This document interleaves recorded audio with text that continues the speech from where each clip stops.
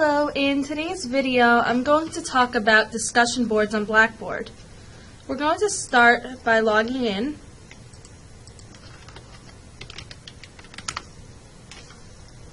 And select your course from the list. Once inside your course, we're going to click on Discussions. On this page, in order to create a new discussion board, you would click on Create Forum. Now start by giving your forum a name.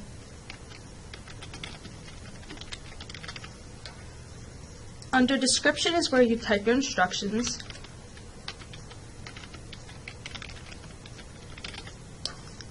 And then we'll scroll down and look at the options. The first set of options control the forum's availability. Make sure that the available option is set to yes. This makes sure that your students can access your discussion board. Below that is where you control your display after and display until settings. If you have used Blackboard before, these settings should be very familiar. Display after setting means that your discussion board will appear after the date and time specified in these boxes. Display until will control when your discussion board will disappear, depending on what time and date are specified in these boxes. Now moving down, the next group of options is called Forum Settings. This is where you control how the discussion board appears, how it's graded, and that sort of. The first option is Viewing Threads and Replies. Standard View means that when a student accesses your forum, a student will be able to see every post that the previous students or other students in the class have submitted. The option below that is labeled Participants must create a thread in order to view other threads in this forum. If this option is selected, that means that in order to see what any other students in the class have posted, the student will have to post first. The next group says Grades. By default, it says no grading in forum, meaning that this forum is not graded. If you'd like your forum to be graded, you would click on this box right here. Next to points possible, by default I usually put 100. You can put 5, you can put 10, whatever makes you happy. If Grade Discussion Forum is enabled, a Grade Center column will be created for you. The Grade Threads option means that the individual threads rather than the forum as a whole will be graded. The most common is to leave it as Grade Discussion Forum, which is why the text is bolded. Below that, it says Show Participant in Needs Grading Status after every blank amount of posts. This means you will get an exclamation point in your Grade Center to mark that something needs grading after every one post. So every time a student posts, it'll be moved to needs grading. You can adjust this number as to after every 2 posts, every 3 posts, etc. For this option, I recommend that you do a minimum of 3 posts. Many instructors require a student to do an initial post followed by 2 replies, which makes up the 3 posts, and then you'll get notified. Due date is different than display after and display until. A due date shows when the assignment is due, but it doesn't mean that a student cannot access it after the due date. However, if a student accesses their discussion board late, they will be flagged as late in the Grade Center.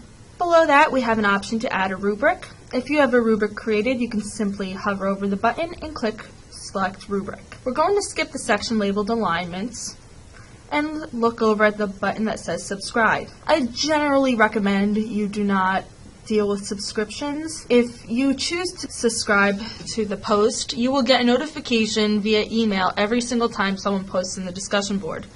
Now you and I can both see how this will quickly flood your inbox and get rather annoying. Below that, we have a section labeled Create and Edit. If the forum is graded, you are not allowed to post anonymously. However, if the forum is not graded, you can check off this box right here and make sure that the authors of the post remain anonymous. This is a nice way to talk about more controversial topics while allowing students to not worry about being identified. Below that, we have an option to allow the author to delete their own posts. Once again, I do not recommend that you check this box, especially when you're dealing with something that's graded. Below this, you have Allow Author to Edit Own Published Post. This is also one I do not recommend that you have checked off. It works similarly to allowing authors to delete their own posts. Below that, you have allow members to create new threads. This I generally recommend you do check off. This allows students to create their own threads, as opposed to just the single one that the instructor has. Once again, that's up to you. It's completely personal preference. Below that, you have allow file attachments defaultly checked off. I recommend you leave it that way. This way a student can attach a Word document if their discussion board formatting isn't working for them. And allow users to reply with quote is also a good idea to keep checked. This way students can reference other posts in their replies, and it allows conversations to go more smoothly. The last option under this section is called forced moderation of posts. If you do not want to spend the entire evening approving every single post before a student posts it, keep that unchecked. Under additional options, you have allow post tagging and allow members to rate posts. Personally, I see that these are sort of redundant and not really necessary in an academic setting. You don't need to have hashtags in your discussion boards. Once you're happy with your forum settings, you can click on the green Submit button, and you'll be brought back to a page that looks like this. Now you would notice that the new discussion board you have created is right here. To access this discussion board, you click on the blue letters, and now you're inside the discussion board.